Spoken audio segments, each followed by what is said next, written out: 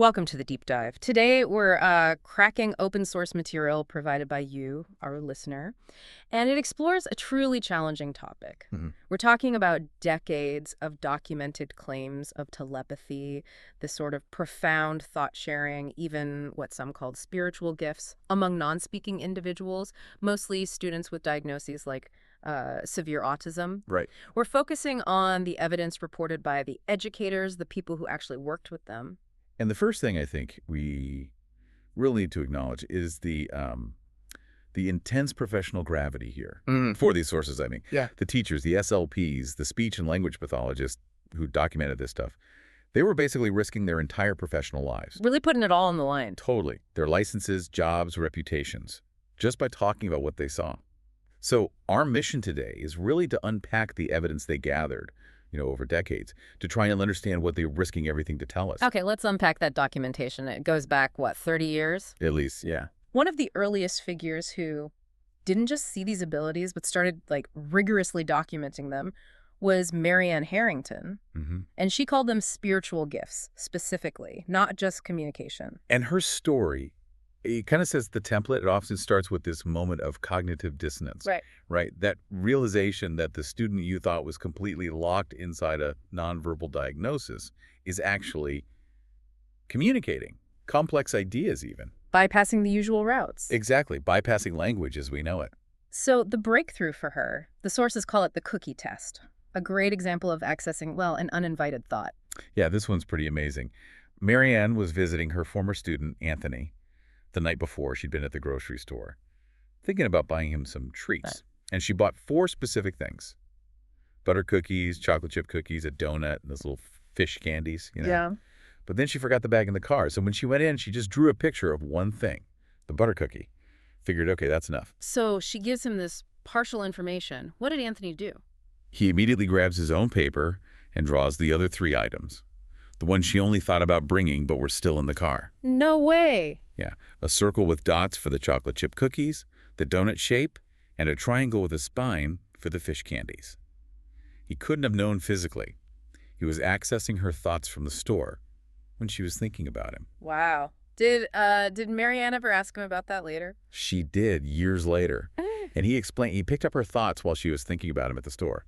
But he added, and this is important, that he doesn't just go into minds uninvited. Okay, so there's intentionality there, boundaries. Exactly. It suggests control, a deliberate channel, not just constant mental noise, which is fascinating. That clarity must have been huge for Marianne. It led her to try more objective tests, right? To try and repeat it somehow. Yeah, she realized this was big. We've got documentation of things like the Lego guessing game for student Darvis, correctly named yellow, red, and blue Lego blocks placed on his head, sight unseen. On his head. Wow. And the Scrabble exercise, too. She'd scramble random letters, and the student immediately typed the intended word. One example was rain. Just typed that. The accuracy was apparently absolute. So she had this documented proof back in the 80s. Robust proof. Yeah. But the reaction from the medical and scientific community, Let me guess. Not great. swift and dismissive. She says she was censored, ridiculed, or just plain ignored. And she felt the reason was brutally simple. She didn't have enough letters after her name. She was just a teacher, not a doctor, not a physicist. Which really highlights the core issue, doesn't it? It wasn't about the evidence itself. Exactly. It's philosophical. It bumps right up against materialism. Can you maybe unpack materialism a bit? Sure. It's basically the dominant Western scientific belief system. It says the world is only made of physical stuff, of matter. And crucially, none of that stuff is inherently conscious. Consciousness is just a byproduct of the brain. So if you can't measure it physically, locate it in the brain. Materialism says it's impossible. Full stop. Things like thought transmission, outside the model, dismissed. It's like a built-in filter for reality. Dr. Rupert Sheldrake talks about this, right? That critics often aren't even interested in the evidence for telepathy, no matter how rigorous. Exactly. They're not interested in repeatable peer-reviewed studies because their core belief system has already decided it can't be real. It's a dogma. Which makes the more modern anecdotes, especially those with multiple witnesses, really compelling. They push back hard. Definitely. Take the story of Carrie Houston. She's an SLP, speech-language pathologist, using a pseudonym because, well, the stakes are still high. Right. She's in a session, and a non-speaking student suddenly gets really upset. He types out the name of his is paraprofessional, was going to the beach, Okay. seemingly. But seconds later, the pair gets a text. It's her husband. He's locked out of his car in Atlantic City, The beach. the beach, in front of multiple witnesses. The student wasn't reading Carrie's mind, maybe, but sensing the pair's distress, her husband's situation, somehow. That's immediate reality. Emotion. Okay, another one. Teacher Casey's mind probe. Yeah, this one's very direct. Casey decided to just try it. She looked at her student, Jay, and thought a single word.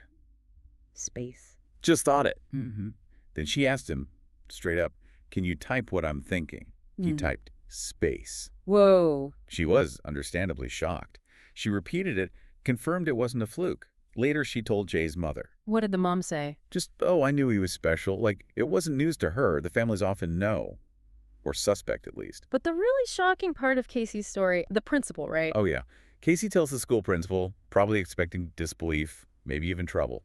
But the principal wasn't surprised at all. Seriously. Said the school was aware and, get this, had a list of students that they know are like him. A list, so institutional knowledge, being kept quiet. Seems like it. That shifts things, doesn't it? From scattered anecdotes to something more systemic and hidden. Which brings us back to that professional risk we mentioned. Okay, so let's shift gears a bit. From these individual mind-reading moments to how this communication might actually work, structurally. Right. The sources suggest minds aren't just isolated points, but maybe connected through shared fields or something. Yeah, this idea of mental fields. It takes us back again, 1980s England, a teacher named Jess. She noticed a new 6-year-old student, Asher. He seemed to immediately influence the whole class. How so? They'd all start giggling at the same time during stories, or in the playground they'd play these synchronized games, like with a clear storyline, a structure, but totally non-verbally. Like a hive mind. Sort of, Right. communicating as this unified group, without words. Sheldrake's theory seems relevant here too. His idea that minds might be field-like. Exactly. Extending out into space beyond the physical brain. Like a magnetic field extends beyond the magnet, or a phone signal goes beyond the device. The classic example being feeling someone staring at you. Right. That feeling implies your mind, or your attention, extends into the space around you. It's evidence, he argues, for the mind being bigger than the brain. This isn't even a totally new idea, is it, Mark Twain? Good point. Mark Twain coined mental telegraphy. He had this bizarre experience where he mailed a book idea to a friend. Yeah. And on the exact same day, March 2nd apparently, the friend mailed him a letter with the very same book idea. Spooky. So these teachers, they report it moving beyond just receiving thoughts, right? It becomes two-way. Universally, yes. Every teacher interviewed eventually reports engaging in two-way telepathy. They don't just receive, they interact. Jess, the teacher in England, she reported actually hearing her student Max's little voice in her head, audibly, even when she was in the staff room down the hall, signaling he needed help with something. Hearing a voice? Wow. Marianne reported something similar. Yes, Marianne confirmed this two-way channel. She says she hears the words in her head, usually on the left side, and she could do it with multiple students at once, feeling, quote, just like one person when it was flowing. Casey, too. The teacher who did the space test. Same thing. Casey realized she was hearing the student's thoughts before he could type them. It was like a loop. He'd think it, she'd hear it, he'd type it, confirming she was, as he apparently put it, reading me. Okay, but this shared consciousness idea, it gets even bigger. The sources talk about collective communication, a meeting place. Yeah, this is maybe the most mind-bending part. The Hill. The Hill. That's what students told teacher Maria in Illinois. They describe this place they gather. It's not a place, has no dimension. They call it the Hill because it's a hill of thoughts. The Hill of Thoughts. Okay. And there they communicate globally, not just with kids in the next classroom, but with people in, like, Denmark, Canada. About what? Complex topics, time travel, the state of the honeybee population, things way beyond typical kid concerns. That's staggering. It's not just random mind reading. It's like a structured, shared knowledge space. Exactly. And Carrie Houston students, they talk about a grid. They even started using a shared made-up word, plink, which means to play, indicating they're connecting outside of school hours. Through this grid. Seems so. We even have reports of, like, telepathic meetup appointments. Maria's student Stephen apparently meets another boy on this hill every day at 2:00 p.m. sharp. It really speaks to that fundamental human need to connect, doesn't it, if speech isn't available? The mind finds another way. Maybe the most efficient way to maintain that social and intellectual contact. It just defaults to it.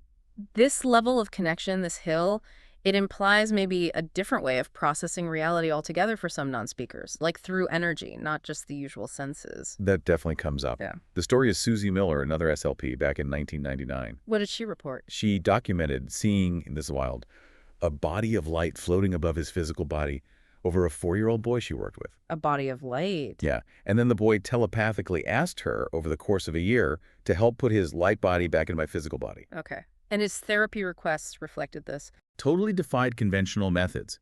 He asked for colored scarves to be draped over him. Said he could absorb the information through color and energy, not words or pictures. Wow. And he asked for specific tuning forks. One tone for his soul tone, another for his body tone, to help integrate his spirit and body, he explained. It really makes you rethink the efficiency argument, doesn't it?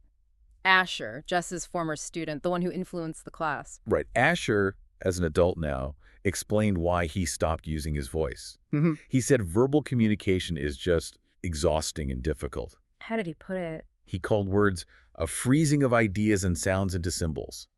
Said they require so much conscious effort, volume, pitch, tone, expression, intention, making speech a crude method compared to the immediate concept sharing of telepathy. So when you put all this together, the stakes become really clear. It's not just curious observation anymore. No, it becomes ethical, urgent even. Because admitting these gifts are real forces us to acknowledge something very uncomfortable. That non-speaking individuals have been profoundly, systemically misdiagnosed and underestimated for decades. And that misdiagnosis leads to harm. Immense harm. Yeah. Unnecessary institutionalization, over-medication, drugging, and in some countries, horrifyingly, even euthanasia, based on a fundamentally flawed assessment of their inner lives. And telepathy, or this different way of processing, might be the key to understanding their true capabilities, their knowledge. It seems like it. Marianne used a fantastic analogy for her student Anthony, trying to get him to spell out the knowledge he accesses, which he described as all floating around. Yeah. She said it's like trying to suck an elephant through a straw. Great image. Isn't it? The information comes in as this huge flood of concepts, of energy, and the mechanics of forcing that into linear ABC letter-by-letter language. It's this massive, maybe impossible, reduction. Marianne felt she acted as a current sometimes, just helping to funnel that enormous input into something typed, something tangible for our world. So we've gone from forgotten cookies to beach emergencies predicted via text. All the way to collective consciousness on the Hill. Yeah. It really feels like we're dealing with two completely opposing realities. We are. There's the materialist paradigm that says none of this can happen. And then there's the documented reality from these professionals whose whole careers are about communication, saying, well, actually it does. So what's the takeaway for communicating now?